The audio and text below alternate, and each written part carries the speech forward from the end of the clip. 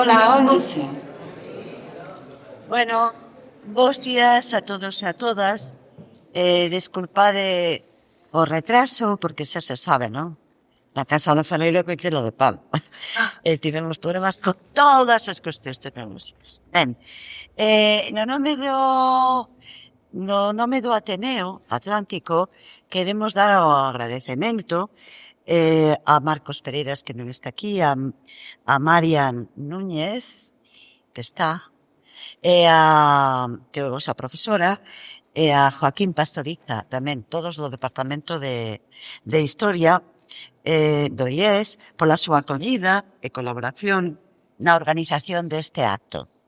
E tamén a Marta Ramala e a dirección do Instituto polo mesmo, non?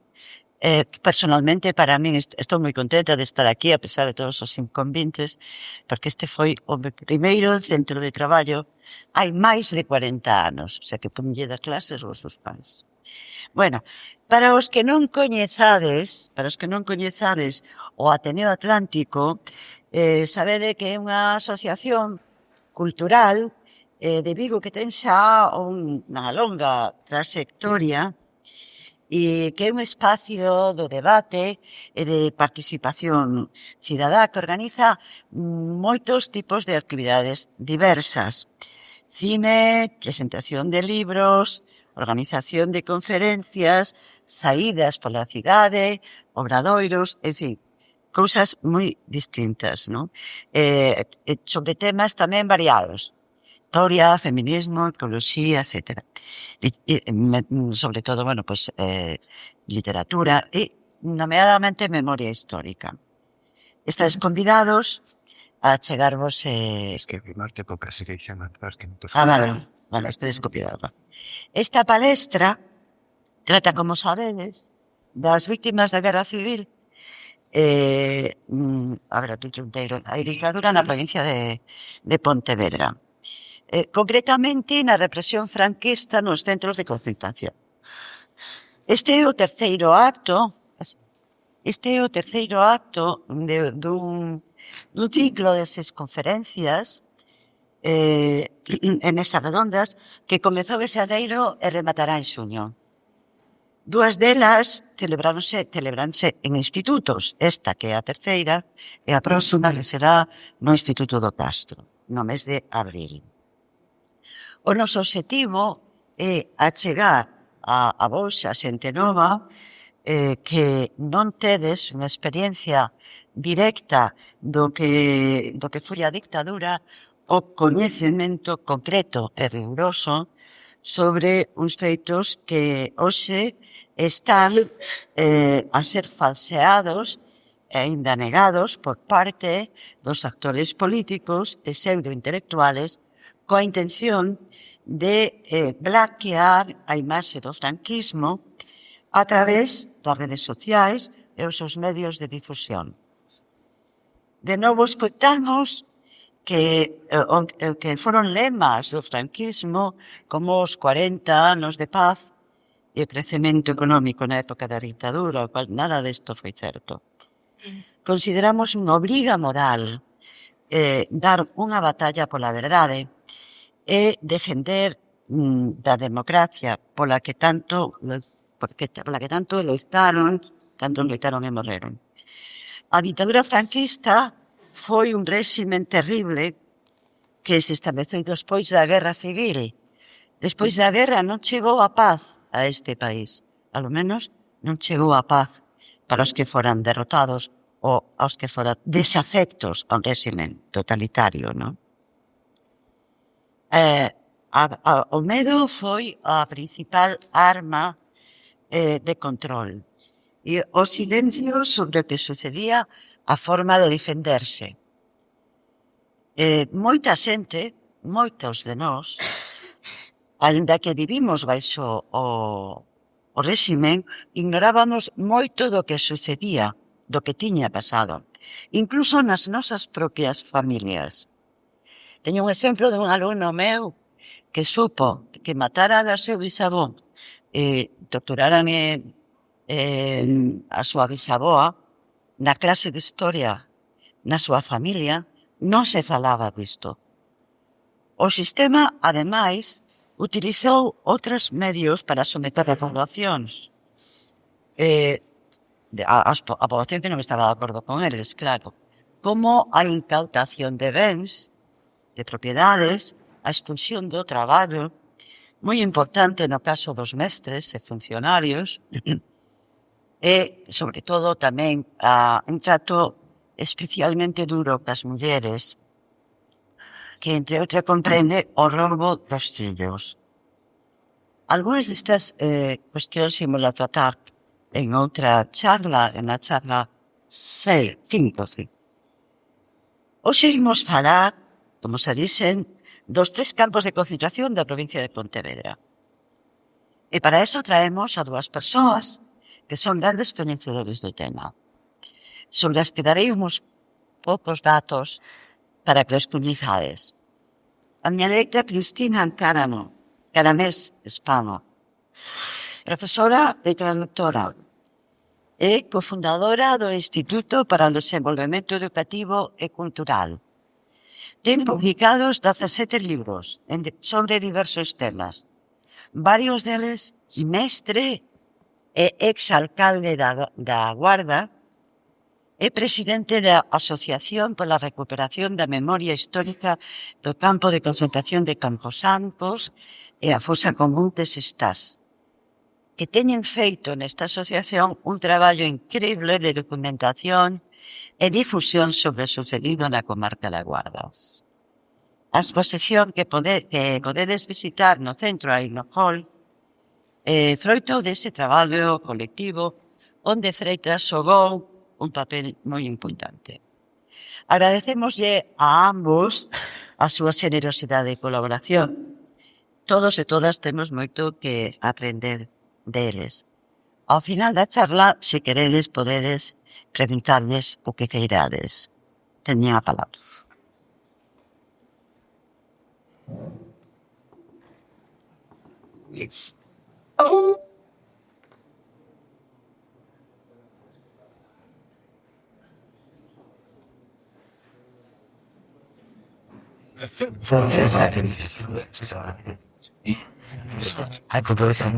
Muchísimas gracias. Impresionante.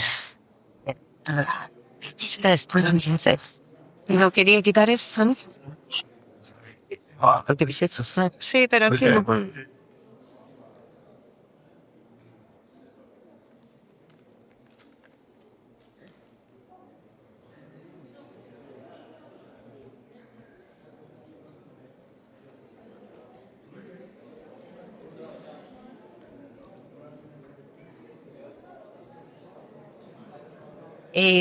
Hola. Es que tenemos siempre pedazo. Sí. Hola, buenos días. Era te pega la ropa. Así no. Vale.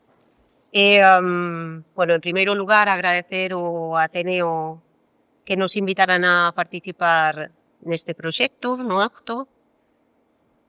En segundo lugar, a vos, pola escoita e polo tempo que, bueno, que vos fixemos esperar. Explicarvos que este proxecto, o libro do que sae esta conferencia, viu a luz porque dando clase en cuarto da ESO, démonos conta que moitos rapaces non sabían que houbera campos de concentración na provincia de Pontevedra, nin en Galicia, nin en España, nin o que se facía neles, vale? Por iso embarcámonos nesta breve achega. Bueno, ides ter que perdoar a voz porque non estou católica hoxe, estou un pouco arrefriada e algo turbia. Tens que poñer. Bueno, espero non confundirme en moitos temas. Bueno, se vedes aí, temos na primeira diapositiva o título do estudo, vale? Que é Breve achega aos campos de concentración na provincia de Pontevedra, reflexións para algunha clase, porque xa vos digo que o libro fíxose para as clases de cuarto ESO. Entón, que imos ver? Pois no primeiro momento imos ver as definicións, porque non é o mesmo un campo de concentración que podedes pensar, por exemplo, no caso do holocausto nazi ou dos xudeus, que en España, vale? Entón, o primeiro serán as definicións. Despois, como é a casuística dos campos de concentración en Pontevedra, e, bueno, o que máis me importa a min como docente, penso, é a reflexión que podemos facer hoxe en día sobre o que aconteceu naquel tempo, vale?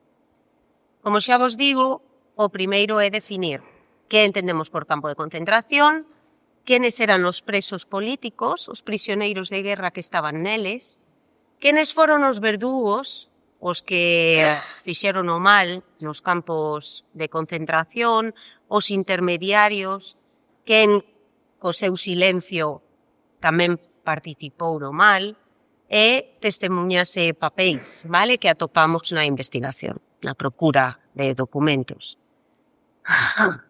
Ides ver moitos testemuños de xente, non todos porque é imposible co tempo que temos, un deles dicía: aquí en Pontevedra non houbo guerra, só represión. Foi unha auténtica masacre. Por qué? Porque aquí enseguida triunfou o golpe, vale? Entón, a xente que non era afecta ao réxime, enseguida tivo que escapar ou facer como que non era parte dun goberno legitimamente constituído, vale?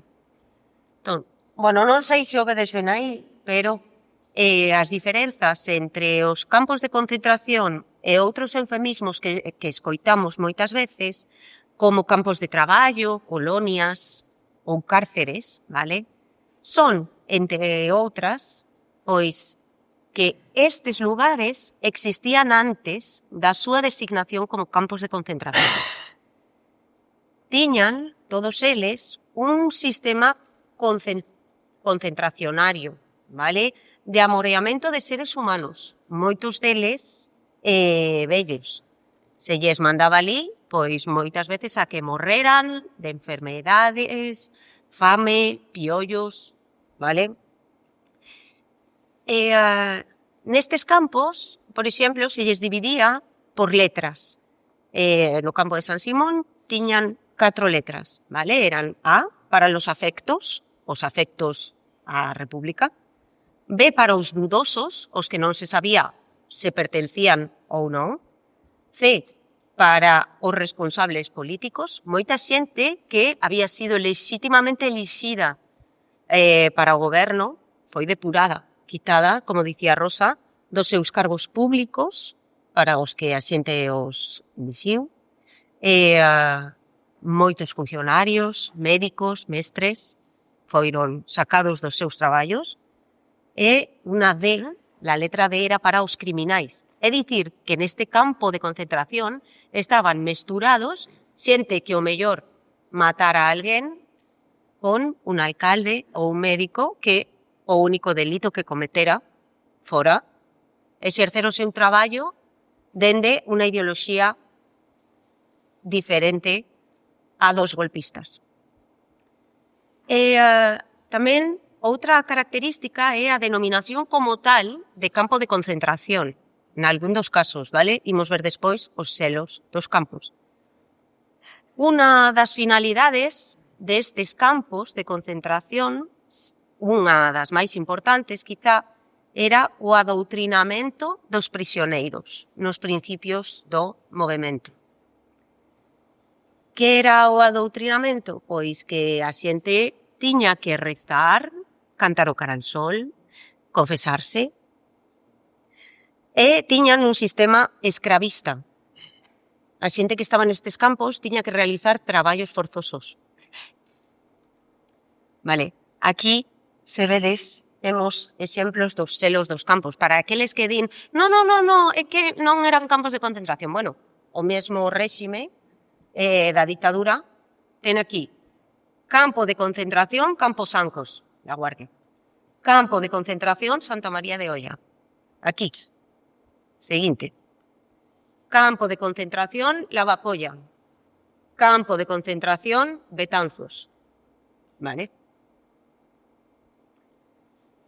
Quenes foron os presos políticos? Bueno, pois os presos políticos tiñan, como xa vos dixen, que realizar traballos forzados, reconstruir infraestructuras que desapareceran coa guerra, carreteiras, pontes, minas, en condicións de escravitude. Que significa isto? Que a xente non comía prácticamente nada e tiña que traballar todo o día, de sol a sol.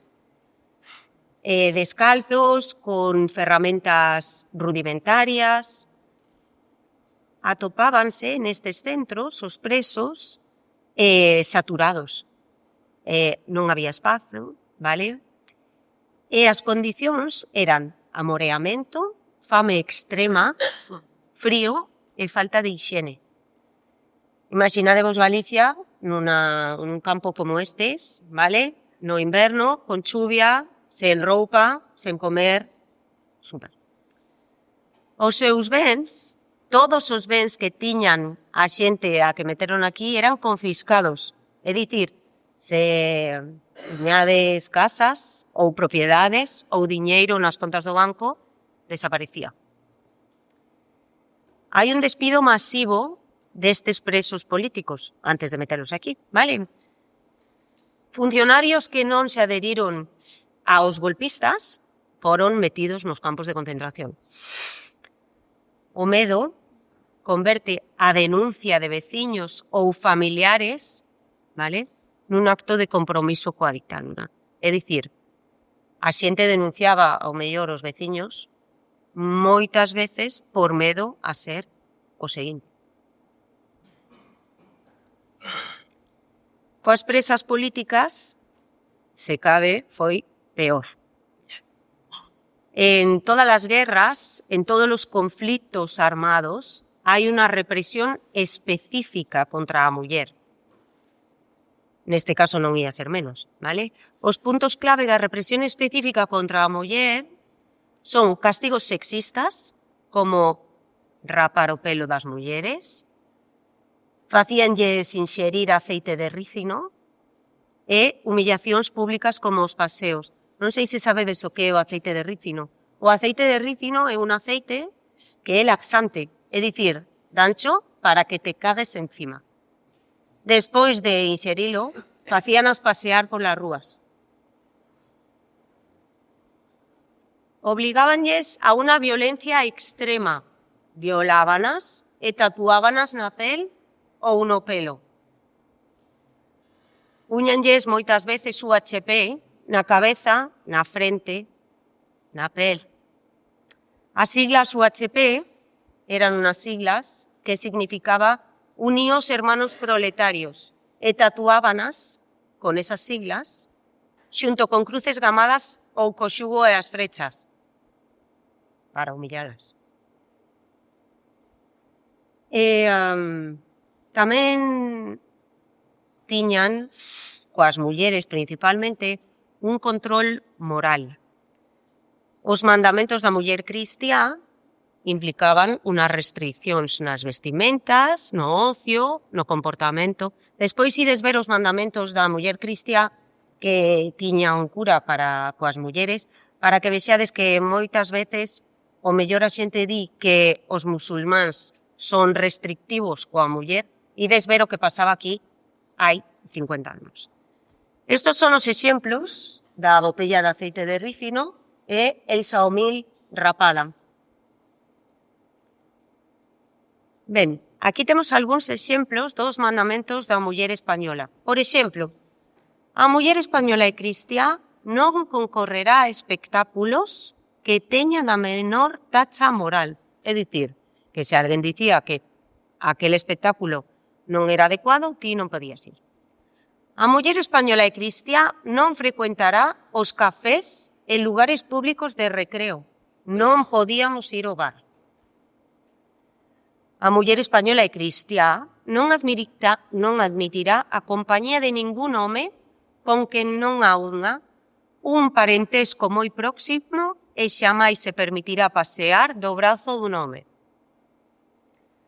A muller española non usará vestidos que deixen ao descuberto unha parte do peito ou das costas, ou se cingan as sinuosidades do corpo. Non vestirá traxes curtos ou sen mangas. Non fará uso de pinturas. non estará fora de casa, nin en casa, sen medias ou con medias transparentes. A nai española e cristiá non consentirá que as súas fillas ou criadas quebranten ninguna das regras anteriores de austeridade e modestia. Isto hai ben pouco, Ben, non sei se podedes ler aí, creo que non.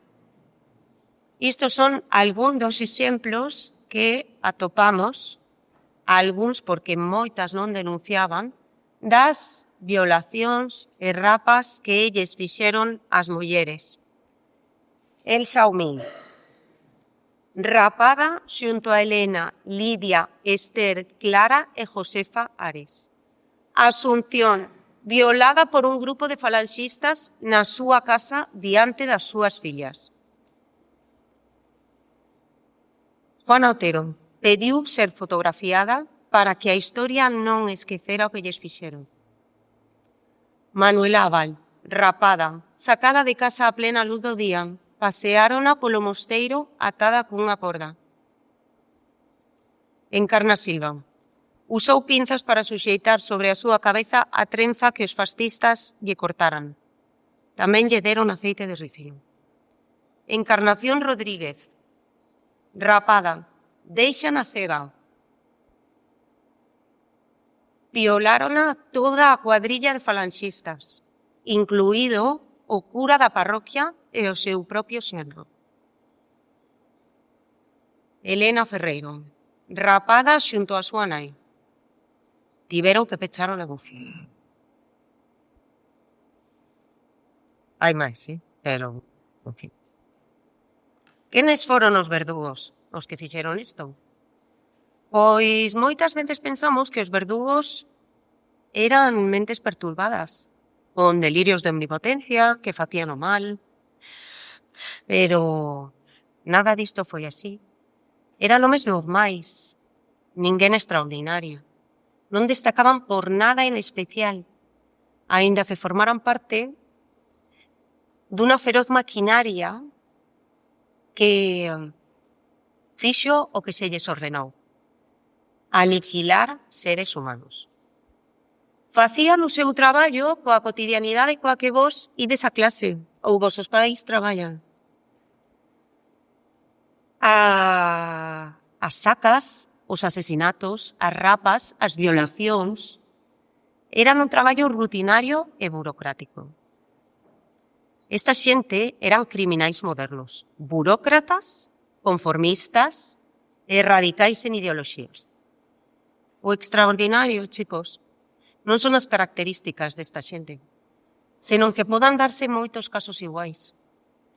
Ningún deles, ningún do que estaba a facer o que fixo, pensou que o que estaba a facer estaba mal. Ninguén lles dixo, oes, que isto non está moi ben, Hai reflexividade para cometer accións, non pensar, é contrahumano. Somos seres pensantes. Se non reflexionamos sobre as nosas accións, que é o que queda de nós? Exemplos de testemunhos que temos. Angelitos de Dios, hijos de la pasionaria, dinamiteros vosotros, hai que quemaros como se quemó a los judíos. O pai Nieto, cura en San Simón. Un preso. Entón, ali, o pai Nieto deunos un discurso dicindo que na illa de San Simón había que ir a misa. Que o que non fora misa, que yo dixera, porque a él o mesmo lle daba matar a un que a 100. Sacando a pistola nese mesmo momento, porque, dicía él, cuantos máis mate, máis honores tengo. Ben, deulles unas características xerais, vale? Despois, eu vou falar de San Simón, porque a Xosé vai falar de Camposancos despois. Quero que vexades que dende outubro do 36 a marzo do 43, na illa de San Simón, na ría de Vigo, estivo operativo un dos maiores campos de concentración de presos que procedían de todo o territorio español. Era a colonia penal de San Simón. Nun primeiro momento, os presos que foron a este campo eran das zonas próximas, vale? Vigo, Pontevedra, Ourense, Vilagarcía de Arousa. Despois da caída do fronte norte republicano, os presos chegaron tamén de Asturias, León, Cantabria e País Vasco. Terminada a Guerra Civil, o campo de concentración de San Simón encheuse con presos de todos os cárceres de España. En total, máis de 6.000 presos pasaron pola illa. Ben, en San Simón especificamente, os presos atopábanse en condicións inhumanas. Piollos, ratas, chinches. Tiñan a obriga de cantar, xa vos dixen, o brazo en alto, o cara al sol, rezar e confesarse. Moitas veces confesarse de cousas que non fixeran, pero había que confesar. Os presos foron expropiados, destituídos ou inhabilitados para exercer as súas profesións. E xa vos dixen que eran clasificados neste penal, vale, neste campo, como afectos, dudosos, responsables políticos ou criminais.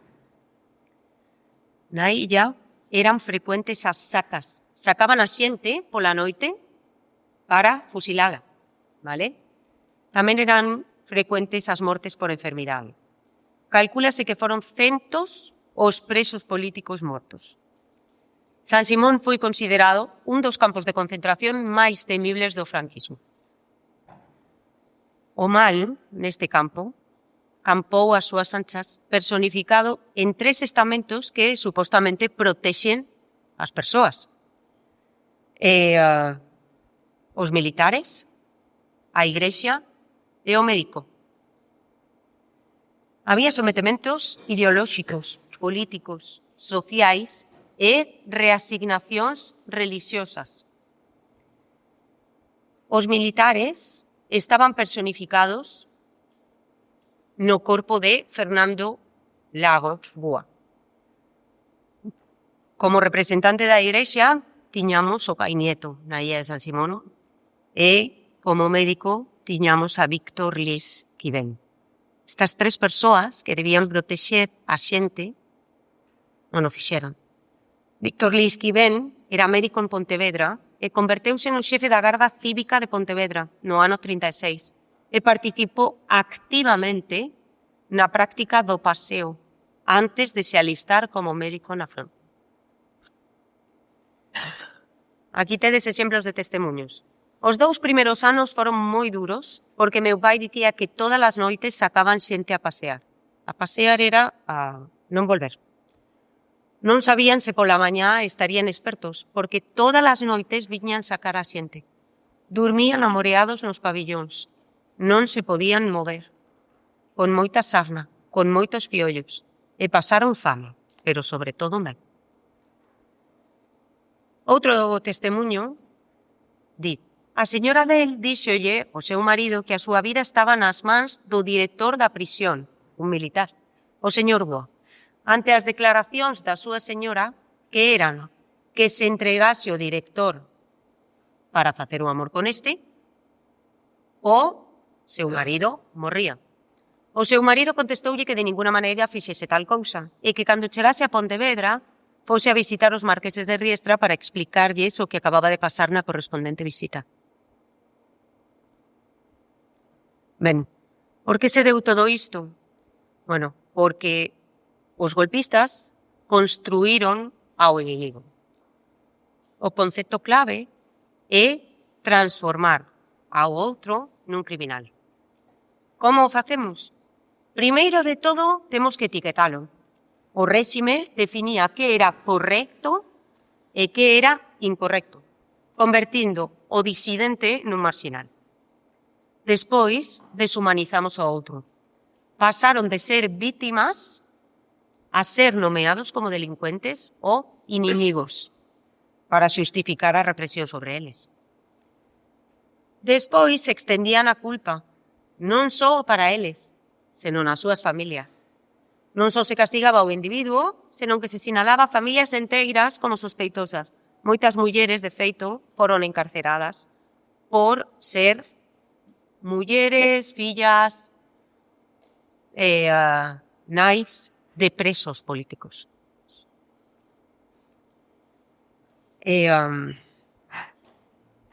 Esta diapositiva o la puxen porque é moi importante que pensedes que o mal solo pode emerxer ante o silencio e a mirada allea dos demais. O concepto clave é que, aínda que non apretemos o gatillo, se consentimos o mal, estamos facendo o mesmo. Os verdugos silenciosos foron persoas que miraron para outro lado, mentre se estendía o odio, e xustificaron a violencia. Houbo unha quiebra da solidariedade.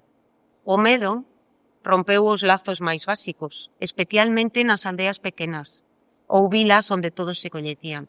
A ver, que é normal, que moitas veces se ti decías, bueno, é que se non delato a alguén, pois o mellor matan a miña filla, ou a meu marido, ou a meu irmán. Todo isto xera unha lameira moral, un ambiente social irrespirable, donde a delación es delatar a outro, era un mecanismo de defensa propia. Vouvos ler, porque non sei se coñecedes algún a Camilo Xosé Cela, Premio Nobel de Literatura, no 89, vale? Este personaje se prestou voluntario para delatar a xente. E di, el que suscribe, Camilo José Cela Itrulo, de 21 años de edad, natural de Padrón, La Coruña, bachiller universitario, estudiante del Cuerpo Pericial de Aduanas, declarado inútil total para el servicio militar, respetuosamente expone que, queriendo prestar un servicio a la patria, adecuado a su estado físico, a sus conocimientos y a su buen deseo y voluntad, solicita el ingreso en el Cuerpo de Investigación y Vigilancia, que, habiendo vivido en Madrid y sin interrupción durante los últimos 13 años, cree poder prestar datos sobre personas y conductas que pudieran ser de utilidad.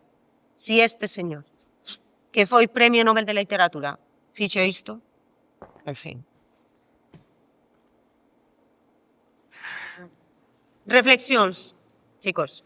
Os campos de concentración plasman un novo tipo de poder.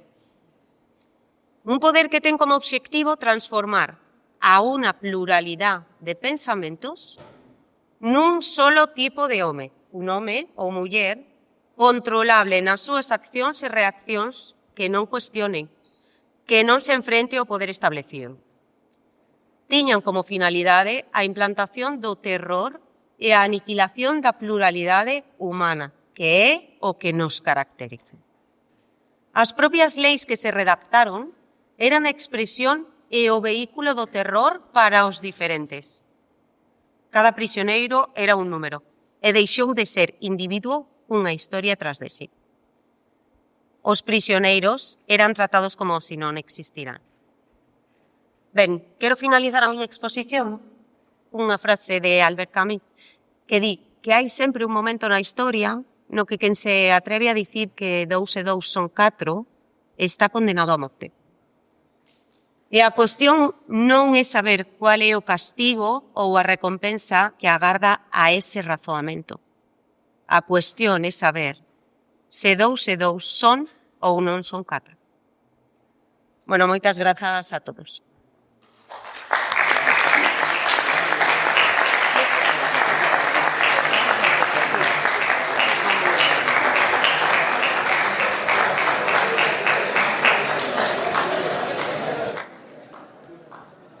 Le voy a poner esto.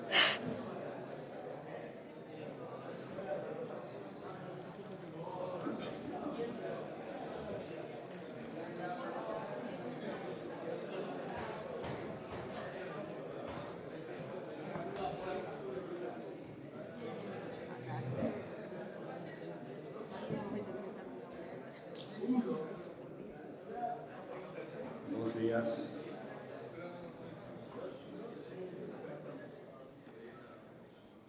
entendo este momento de relax.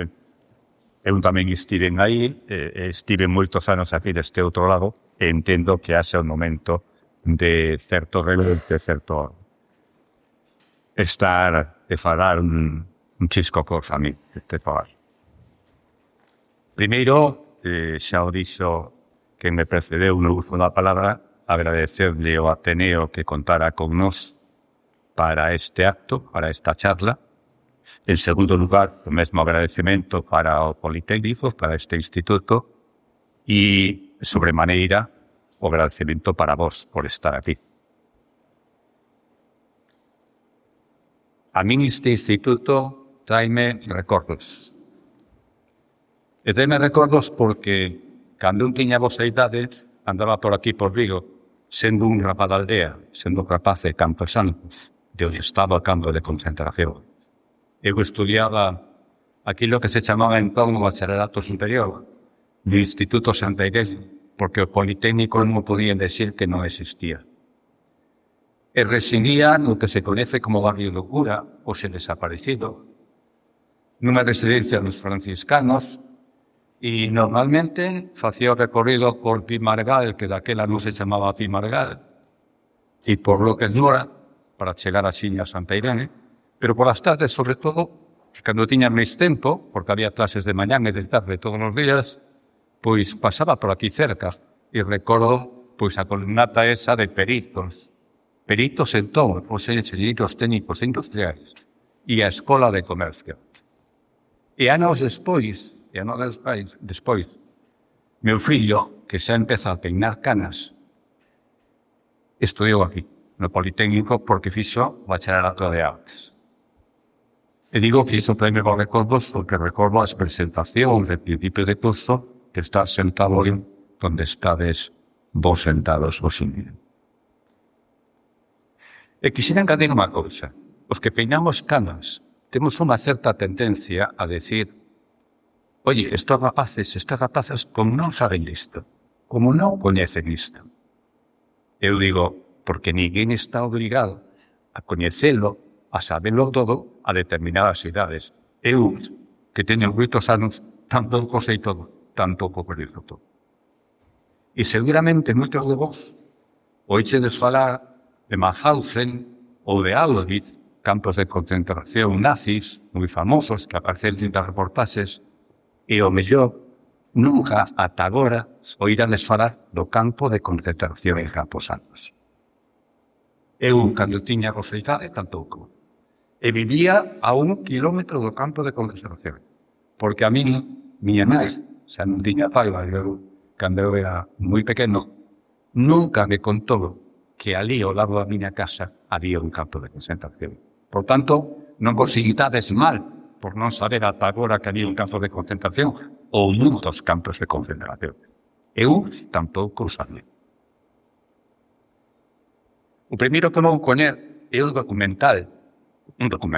un vídeo de 5 minutos, e quero facer un par de aclaracións para que entendades mellor o contido dese vídeo.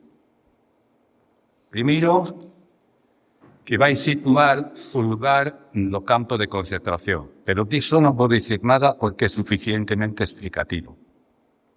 Despois van a aparecer con unhos rótulos saltando dun lado para outro que pertencen a unha fosa común que está ali na Guarda e que ten soterrados a 49 prisioneiros, a 49 persoas fusiladas. E, por tanto, van saltando os nomes, e esos nomes que aparecen aí son os nomes dos 49 soterrados aí. E, por último, aparecen 3 testemunhas. 2 son de 2 persoas que son fillos de persoas que estiveron aí no campo de concentración. Primeiro campo de concentración e despois prisión, e aí xa quero decir que o mellor en algún das diapositivas que eu vou poner non aparece San Simón, e non aparece San Simón, porque dependendo do historiador, do que tomes fontes, pois algúns consideran que é campo de concentración e outros dicen que é o penal, que é unha prisión. Camposancos pasou por os 2 estados. primeiro foi campo de concentración e despois, a partir do ano 39, foi prisión. Dicíamos, hai 2 testemunhos de 2 persoas que son fillos. Sí, digo ben, son fillos de persoas que estiveron aí no campo de concentración e que, no caso do home que aparece aí, é fillo dun prisioneiro que casou cunha camposina, unha persoa de Camposantos, namorouse dela e acabaron casando.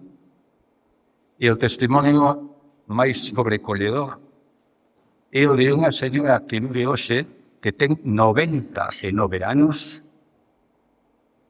que súa nai era lavandeira, é dicir, unha desas persoas que lavaba roupa dos testamentos oficiais do exército que había aí, e que acompañaba a súa nai día sí, día non, a recoller a roupa sucia e a levar ao campo de concentración a roupa lavada. E creo que con isto ides a entender mellor o contido do.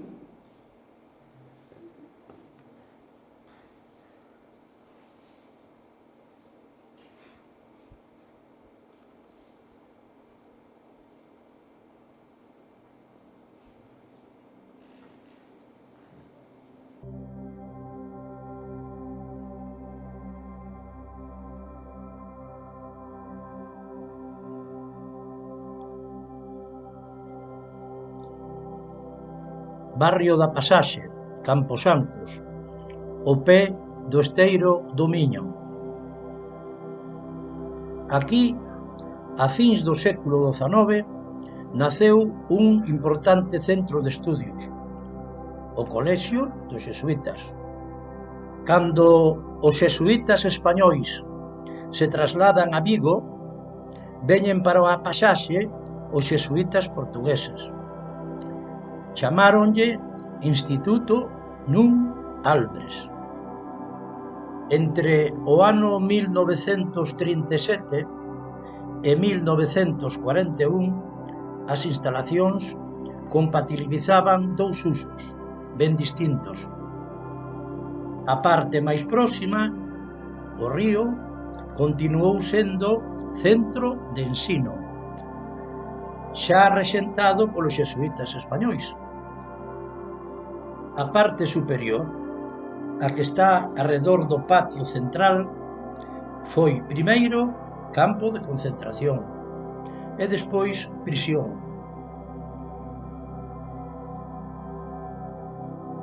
O estado actual do recinto ben podería calificarse de ruinoso.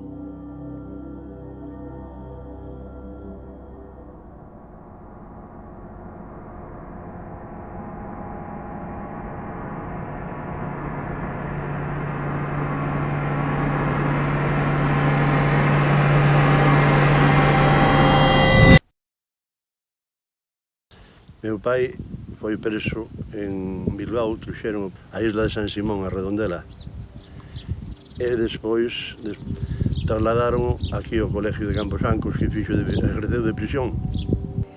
Después del juicio y de la pena que le habían puesto, consiguió venir siguiendo detenido a la cárcel que había o campamento de concentración aquí en el Pasaje. Todos os días, se non iba todos os días, unha vez iba 2, porque nos lavábamoslle os presos que había ali. E claro, había homes aí que tiñan familia, tiñan críos. Entonces, ao mirarnos entrar ali, collíanos no colo, mira tú, e apretábanos, e eu sempre me acordo que un dicía, aí Laurita, tiña unha rapariga que lle chamaban Laura, e xa non sei quanto tempo había que non a miraban, non era pena, e collíanos a nós como se fóramos os fillos deles. E cheguei ali e mirei o portal de fora aberto, que tamén sempre estaba cerrado, o portal de aberto, e había un fulgonciño ali fora, iso sí que me quedou a mí grabado. E dixo, rápido, colla, trae esa capa, e naquilo sacan a un chaval para fora, a puxón limpo, no me llevéis, que mañana viene mi madre con los papeles. Deron un empuxón para dentro do furgonciño aquel, cerraron e marcharon. A min deron unha roupa, viño para arriba, cando chego á casa da tía Eladia, xa sentín la pra sangriña, tras, xa yo amolara. E naquilo, dali a un día ou dous non chega a nai cos papeles para levalo, e logo a nai anduva a recorrer o pueblo cos papeles. Me lo mataron, os rapaces, o chavaliño que era un crío. Pasábase mal naquel Antón, pasaban o eler mal e mar nós, coitados, aquilo sí que dá pena. Eu cando paso ali sempre miro para aquelas portas. Ali había moita xente de Dios metida, coitadiños, algún mirábalos arregladiños, outros como vivían, coitadiños.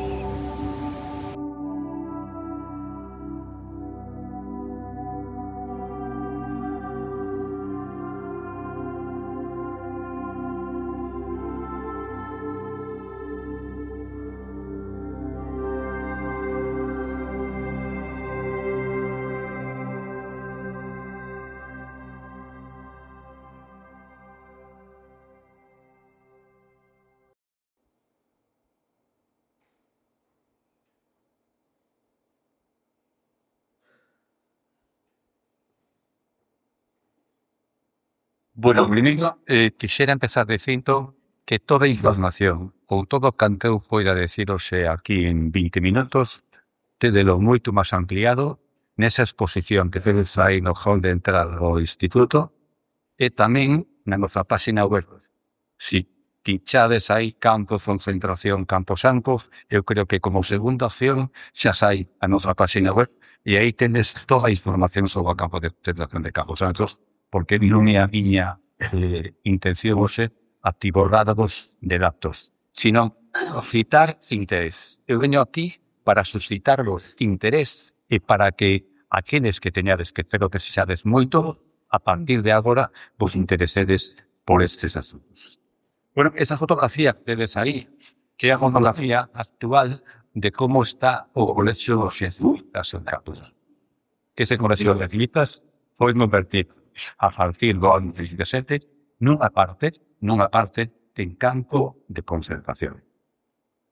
Non se pode saber exactamente, porque temos un listado, pero un listado parcial, non se pode saber exactamente cantas persoas pasaron por aí, porque entraban e saían, porque xa dicían antes que me precedeu que se clasificaban os prisioneiros e según a súa perigosidade, pois eran trasladados de uns lugares a outros.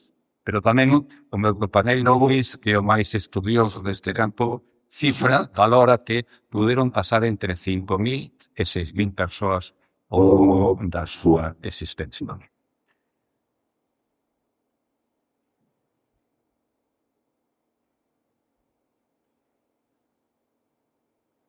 ¿Por qué no me salta? Te dejo aquí.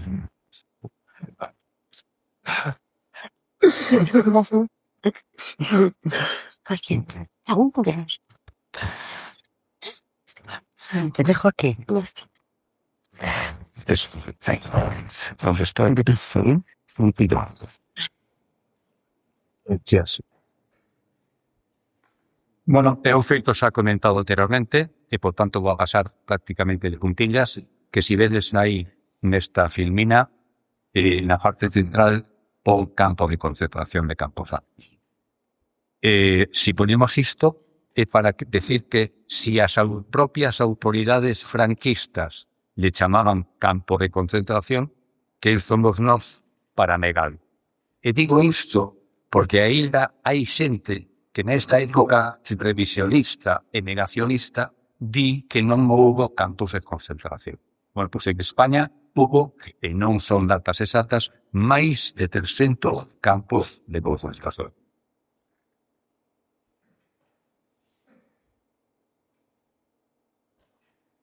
Aí figuran os campos de concentración que houve en Galicia con esa salvedade de San Simón. En todo caso, para decir simplemente que as únicas condicións, ou a única condición que se requería para ser un campo de concentración é que fora un lugar amplo, un lugar grande, un lugar con escoleras moitas. Un colexio, como no caso de Camposancos, un mosteiro, como no caso de Oria, unha fábrica de conservas, como no norte de Galicia, calquera lugar era bo para establecer un campo de concentración. Aí tenes dúas fotografías, unha ni siquiera fotografía e unha ilustración de como sería antiguamente este lugar. Aquí tenes situada a vosa dereita e unha ilustración, e aí vedes que hai barcos diante, probablemente se que nos primeiros anos do establecemento dos jesuítas aí, que se estableceron no ano 1870. E a outra fotografía, que está en blanco e negro, supoñemos que nos anos 40 ou 50.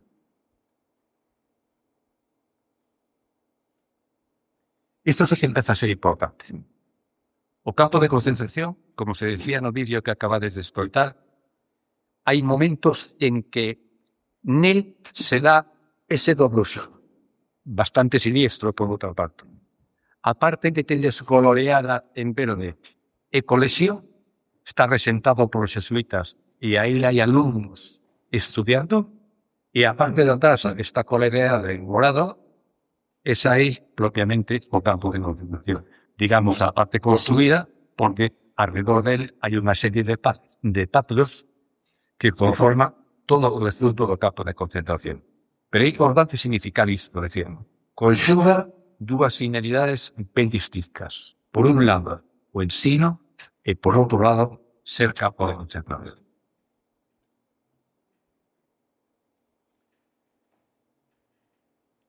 Cando cae o frente norte, o que se chama frente de Asturias, por resumidas dougas palabras, empezan a chegar os primeiros prisioneiros. Este é o barco, o Arichacho, no que chegan os primeiros prisioneiros a Bayona, e desde Bayona son trasladados a Camposancos. Hai diversas fontes e hai diversos números. Hai que fala de 800, quen fala de 1000, quen fala de 2000 prisioneiros que viñeron nese base.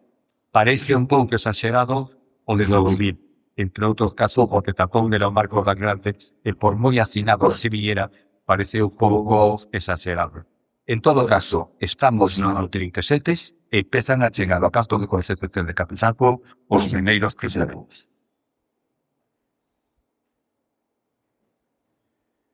E que se encontran nese campo?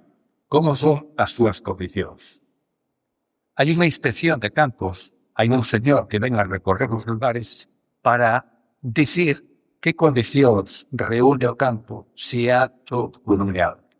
Ese tal Martín Pilillos que tenes aí, e o xefe de inspección de campos, preséntase en Camposancos, revisa como está iso e acaba todo listo que é un campo apto para 868 prisioneiros. Pero hai momentos en que ese número se multiplica sobres. E, por tanto, as condicións na que se vai a desenvolver a vida dos prisioneiros ten que ser mala. E ten que ser mala porque está sobresaturado. Dice aí que había un corredor en que la gente dolía la cabeza de un lado, los pies del otro, como las sardinas en lava. Biólogos, chinches e outros parásitos compartían espacio cos prisioneiros. Fernández Fabricana, que era un militar gobando republicano recluído aí en Camposancos, dice: hubo que tirar los calzoncillos y quitar los bolsillos de los pantalones para poder rascarlos mejor.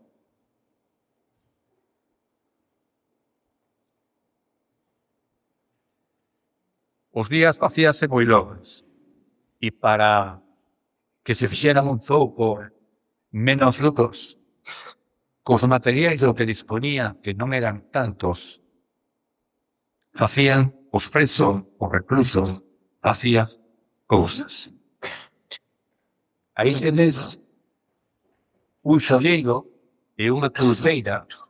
As persoas que os visitaban, os veciños e veciñas de Camposancos, facilitabanles, pois, unhas madeirinhas, ou lle facilitaban os frutos de caucho, ou lle facilitaban algún plástico, alguna cousiña, e eles con iso, e había xente moi maioras, había xente moi inteligente, iba construindo as súas pequeniñas torres.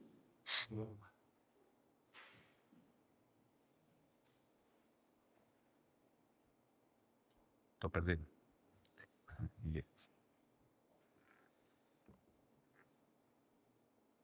E para non perder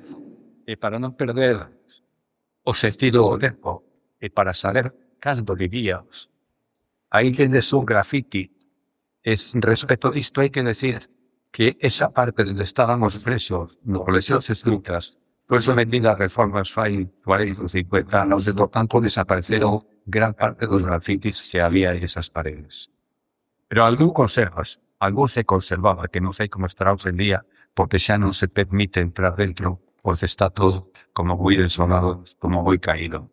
E aí vedes como algún deles fixo un calendario para ir tachando días e para saber cando vivía, onde está.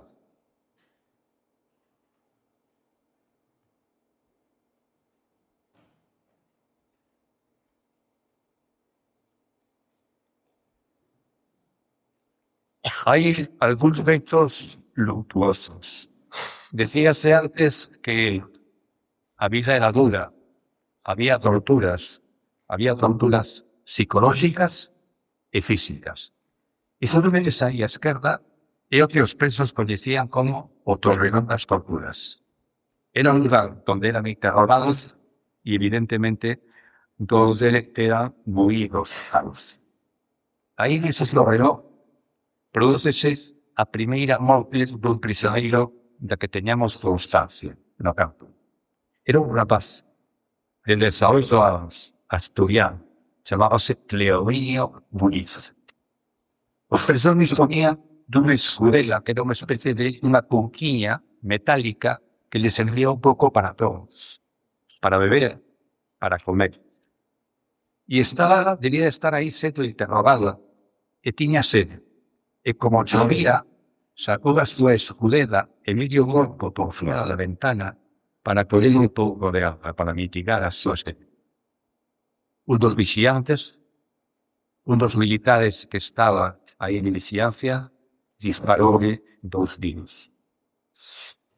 Caíu de bruces ao xa e permaneceu aí mirado, dependendo das fontes, 1 ou 2 días, hasta que unhas mulleres de Camposancos, di un compañero meu, sempre as mulleres, foron recollendo e a lombo dun cabalo leváramos a enterrar o cemiterio de Camposancos.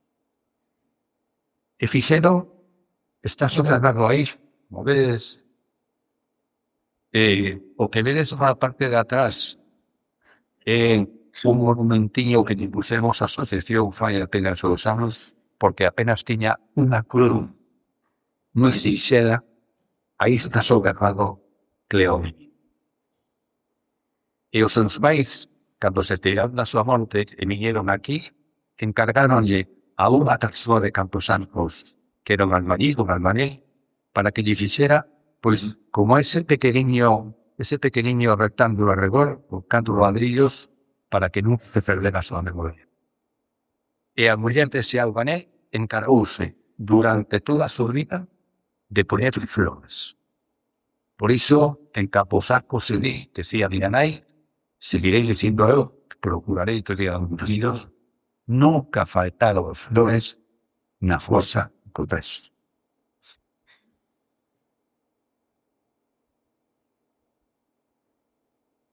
Falábase antes de censura, simplemente sin máis comentarios, poñemos aí, pois bueno, unha carta que saía do canto, dirixida máis ben cerca a Guarda, ao conduto, a organización que hai aí, as Sancinos, a Roque de Sancinos, e como vedes algo censurista.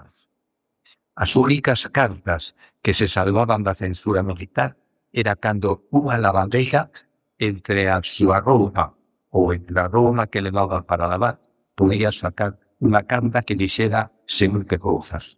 Porque os presos, para comunicarse cas súas familias, tiñan que poñer: lo estamos pasando moi bien, aquí nos dan de comer fantástico, é dicir, a censura militar non deixaba pasar determinadas cousas.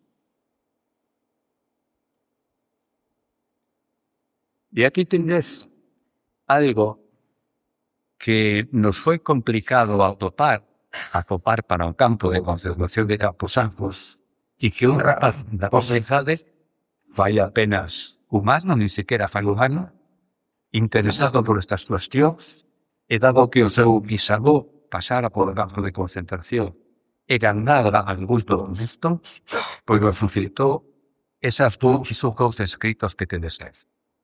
Esos dous escritos son dous avales. Que era un aval? Un aval era un escrito, unha carta feita por o alcalde do pobo, por o cura, por o xefe da falanxe, por unha persona na autónoma e na dereita, que viña a decir que tal persoa era unha persoa de ben, que era un cristiano, que ia a misa, que se portaba ben, etcétera, etcétera.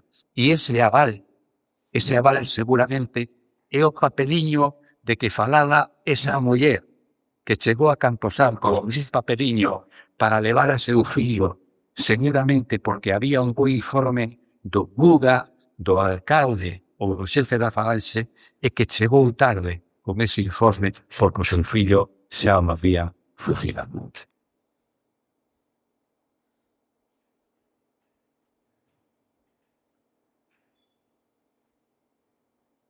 Seguramente o aspecto máis tétrico do caso de concentración de Camposancos é o tema dos consellos de guerra, dos xuízos sumarísimos, dos paipés de xuízos. Iso que vedes aí é o salón de actos do colexio, que foi convertido en lugar para celebrar estos consellos de guerra. Estos Oxe está irreconocible, non se pode entrar aí. Aí se cometeron as máis grandes ignominias. Hai algún día en que, por exemplo, o día 8 de xulio do ano 38, foron xulgados o tempo 41 presos e foron dictadas 18 penas de morte. Só nun día. Despois, máis adiante, darei datos globais.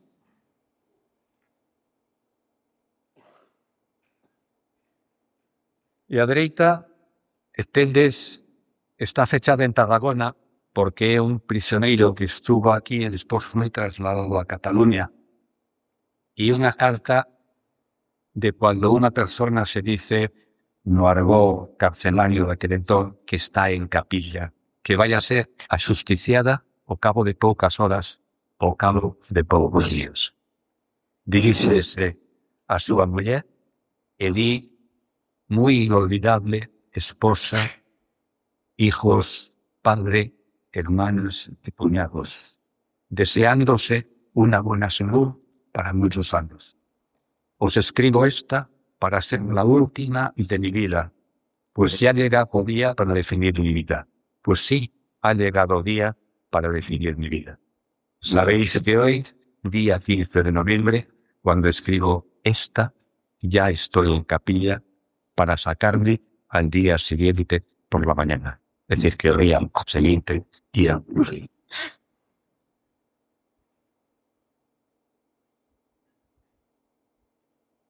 Bueno, decía antes que se celebran los consellos de guerra. E fixadevos. Se decía antes que os presos se clasificaban en grupos A, B, C e D por a súa suposta perigosidade.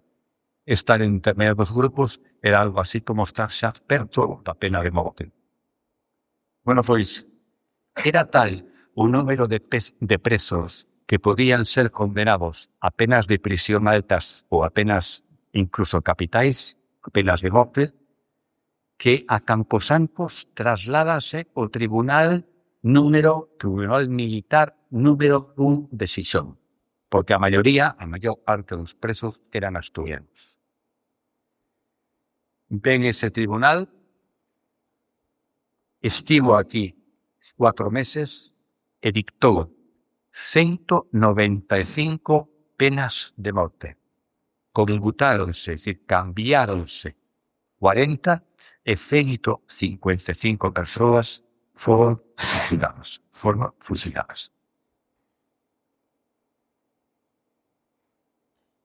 Aí tedes o listado parcial de fusilados. Hai uns días tétricos na historia do noso povo, que son o día 2 de xullo e o día 20 de xullo do ano 1931.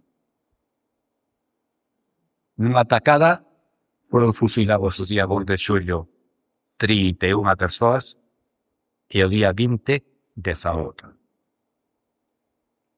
Están no que se coñece como a fosa común de Sestás.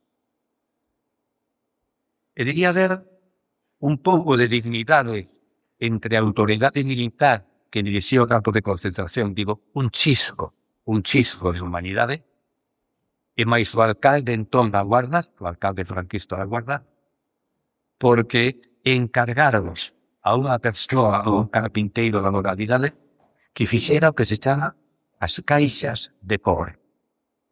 4 tábolas para poner en cada unha delas un cabo. E ademais tuveron esa generosidade, ese chisco de humanidade, para poner dentro de cada caixa unha botellina de cristal de lujo pequenino e dentro o nome do fusilado, tapada seguramente con cuarzo, e hoxe, por tanto, está todo deteriorado e non se poderá saber cal é o nome exacto de esa persoa que está aí, pero cando menos, isto sí hai que recoñecelo, non foron amoreados un en riba de outro, foron colocados na súa caixa e dispostos nesa fosa común.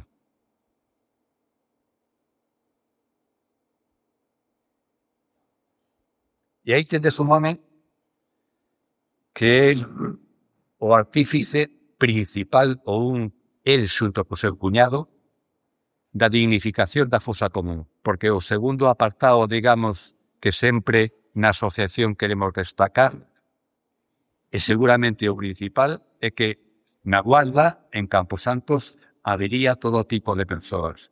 Tamén habería falancistas, tamén habería delatores, pero había moitas persoas de ben. No ano 81, ademais hubo celebracións fai nada, produciuse o golpe de Estado de Tejero, o intento de golpe de Estado de Tejero en Vilar de Los. Sabedes que un golpe de Estado era un intento de tomar con a forza o goberno dun país. Pois, uns pouquiños anos despois, este home adquiriu a parcela na que estaban soterradas esas 49 persoas, que estaba naquele entón Tapia afora do cemiterio da Guarda. E con esforzo, creando unha comisión cidadá formada por persoas da política, de esquerdas, formadas por sindicalistas, formada por persoas de ben, lograron erixir aí un monumento que se atopa na actualidade. Mirade,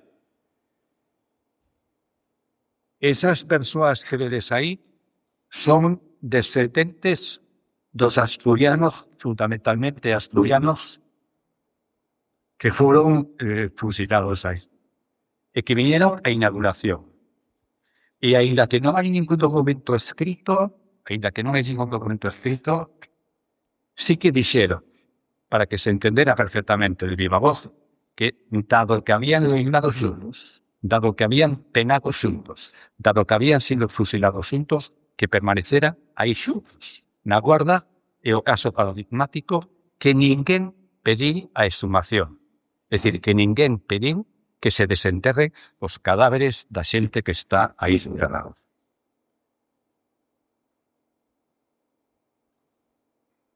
Aí é o estado actual, como vedes figuran as lápidas cos nomes dos 49 soterrados, casualidade, e co lugar de nacemento, lugar e o de procedido. E como me dice que vou acabando, pois vou acabando.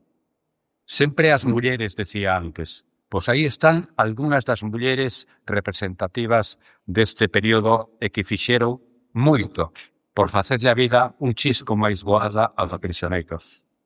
Idelina Ferreira é a nai desa muller que aparecía aí no vídeo, que era a bandeira no campo de concentración e curiosidades da vida, despois de ser campo de concentración, foi cociñeira no colexio dos Xesuítas.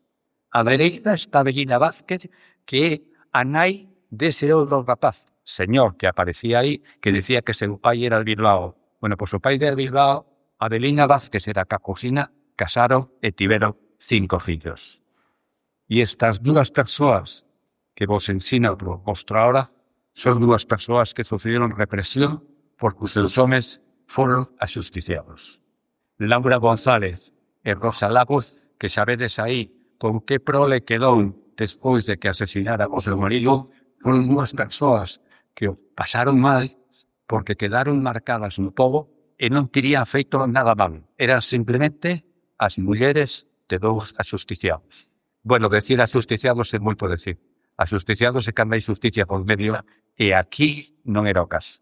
E remato xa dicindovos unha cousa, porque hai unha clase que sei que ten que marchar, e toda esta información e máis, tedela na exposición, tendela na nosa página web, e nada máis, damos as gracias pola vosa atención.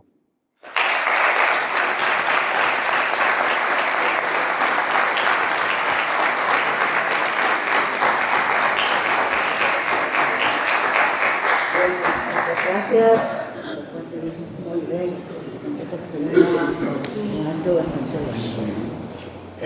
Bueno, Cristina Leonardo va a hacer unos libros, unos exemplares, que estarán a vosa disposición, supongo, na biblioteca.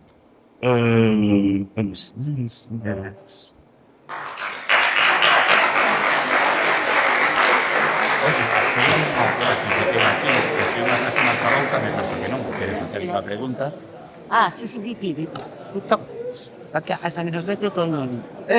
A ver, parece que hai un curso que si ten que ausentarse, ten que marchar a clase, e outro me parece que pode permanecer aquí. Si queredes preguntar calquera cuestión que saibamos, desde onde que mismo lo sabemos, xa o estudiaremos.